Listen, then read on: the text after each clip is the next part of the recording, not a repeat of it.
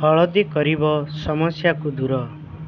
हलदी दान करने द्वारा स्वास्थ्य संबंधी अनेक समस्या दूर होता है।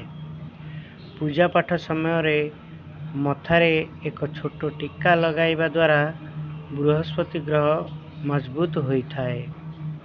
घरर सीमा कांथरे हलदी स्वस्तिक द्वारा अनेक नकारात्मक शक्तिर घरे प्रवेश हुए नहीं। गाधोइबा समय रे पानी रे एक चामच हलदी गुंड पकाइले मन और शरीर सुस्थ रुहे। हलदी गोटिए नहीं सेथिरे पंचवर्ण दौड़ी बांधी राति रे सोइबा समय रे मुंड पाखरे रखिले खराब स्वप्न आसे नहीं।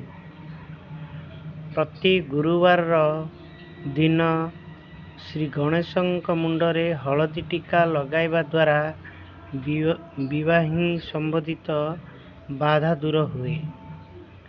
हलदीर जपमार्जी करी सेथिरे जेकोसी मंत्र जप कले प्रखर बुद्धि मिले।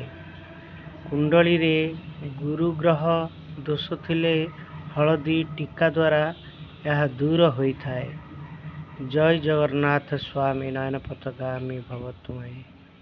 बाट चालू चालू सरी गला के बे